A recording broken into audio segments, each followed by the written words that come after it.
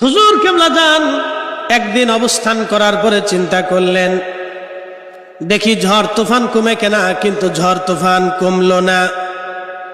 যখনই না কমলো, হুজুর কেবলা যান 29 জন মাঝি যারা ছিলেন, মাঝি নৌকার মাঝিদেরকে হুজুর কেবলা যান ডাকলেন।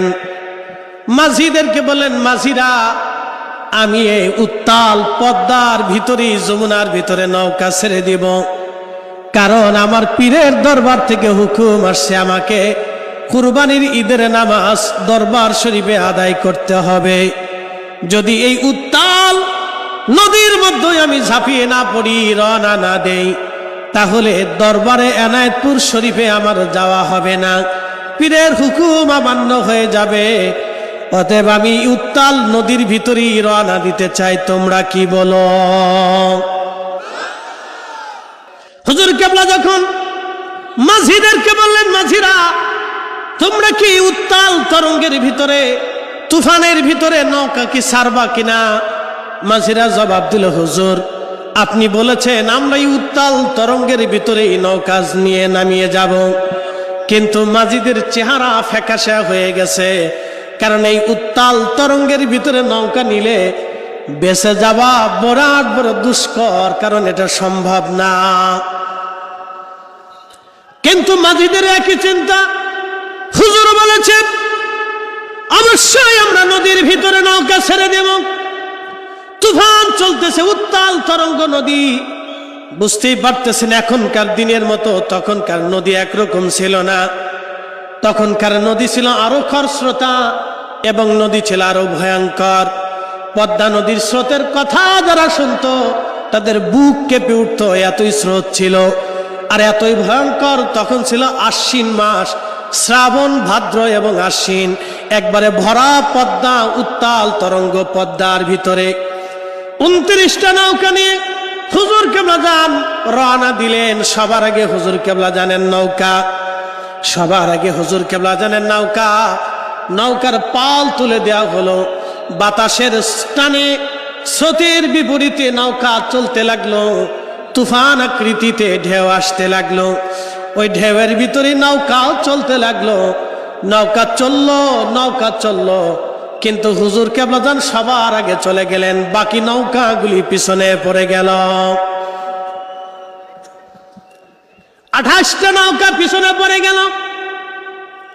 28টা নৌকা পিছনে পড়ে যাওয়ার পরেও হুজুর কেবলা যান তিনি নৌকার উপরে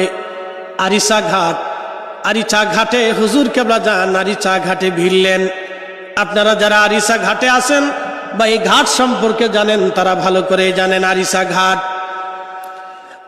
ঘাটে হুজুর কেবলা যান নৌকা ভিড়াইলেন। নৌকা ভিড়াইয়া তিনি অপেক্ষা করতে লাগলেন, দেখি বাকি নৌকাগুলো আসে কিনা। হুজুর কেবলা যান লক্ষ্য করলেন বাকি 13টা নৌকা আরিচা ঘাটে যে স্থান নিল। বাকি 13টা নৌকা আরিচা ঘাটে যা দাঁড়াইলো, বাকি 13টা নৌকা। এই 13 নৌকা নিয়ে হুজুর কেবলা যান আরিচা থেকে যমুনার দিকে রওনা করলেন, এনায়েতপুর শরীফের দিকে রওনা করলেন। এনায়েতপুর শরীফের দিকে রওনা করার পরে হুজুর কেবলা যান পরে যা আরেকটা ঘাট, পাবনার আরেকটা ঘাটে যায় অবস্থান নিলেন। সেই ঘাটে যা হুজুর কেবলা 13টা নৌকা নিয়ে বসে আছেন, দেখি বাকি নৌকাগুলো তারা আসে কিনা। এরপরে আরো 13টা নৌকা, এরপরে আরো 13টা নৌকা হুজুর কেবলা যান গেলেন। হুজুর কেবলা যান আরো 13টা নৌকা নিয়ে গেলেন, নৌকা আসলো। এই 26টা নৌকা হুজুর কেবলা যান নিয়ে তিনি যমুনার ভিতরে রওনা করলেন। এই উত্তাল তরঙ্গের ভিতরে রওনা হয়ে গেলেন। একটা সরের ভিতরে যা নৌকা ভিড়াইলেন, এই সরের ভিতরে হুজুর কেবলা যান দাঁড়িয়ে আছেন 26টা নৌকা নিয়ে, দেখি বাকি নৌকাগুলি আসে কিনা। অপ্রাণের জাকের ভাই বোনেরা, বাকি নৌকার জন্য হুজুর কেবলা বসে আছেন। বাকি 2টা নৌকা হুজুর কেবলা যানের সাথে মিলিত হলো, কিন্তু একটা নৌকা তখনও আসে নাই। এই নৌকার প্রধান ছিলেন জনাব মরহুম আব্দুল মান্নান মোরল। মরহুম আব্দুল মান্নান মোরল সাহেব ছিলেন এই নৌকার ক্যাপ্টেন বা এই নৌকার প্রধান। হুজুর কেবলা যান চিন্তায় পড়ে গেলেন, এই নৌকাটা বাকি 28টা নৌকা থেকে নৌকাটা তুলনামূলক ছোট নৌকা ছিল। পীর কেবলা জান হুজুর চিন্তায় পড়ে গেলেন, 28টা নৌকা চলে আসলো, কিন্তু একটা নৌকা তখনও আসলো না। কিন্তু হুজুর কেবলার সাথে, দাদা হুজুরের সাথে মোবাইল তখন ছিল না, টেলিফোনও ছিল না, ওয়্যারলেসও ছিল না। হুজুর কেবলার সাথে দাদা হুজুরের একটা ইন্টারনেটের সম্পর্ক ছিল। এই ইন্টারনেটের নাম কাশ, আহলুল কাশ, কাশফের ইন্টারনেট, কালবের ইন্টারনেট। একবার জোরে বলা যাবে কি মারহাবা? আঙ্গুল লাগাইয়াছি নাই কি খেলা খেলায় দয়াল, আঙ্গুল লাগাইয়াছি নাই কি খেলা খেলায়। এই আমার দিকে তাকান, কাশ কাশ, পীর অনেক আছে কিন্তু কাশ পাবেন না। এই কথা বলেন, জোরে বলেন, আসতে বলেন কেন, জোরে বলেন। আলাম নাশরাহ লাকা সাদরাক। হুজুর আমি কি আপনার সাদর থেকে উন্মুক্ত করে দেই নাই? আমি কি আপনার কাল্ব থেকে উন্মুক্ত করে দেই নাই? নবীজির সিনার ভিতরে কাল্ব, এই কাল্বের মর্যাদা ক্ষমতা এত বিরাট ছিল, এজন্য আমাদের নবী ওই কাল্ব দিয়ে আজকের ওরস শরীফ দেখে। কি কথা কন না কেন? বিশ্বাস আছে? বিশ্বাস আসেনি? বিশ্বাস আসেনি? আমাদের রসুল দেখে কিনা? দেখে কিনা? ওলিদেরকে আল্লাহ একটা কাশ দেন, আহলুল কাশ, কালবের ক্ষমতা দেন।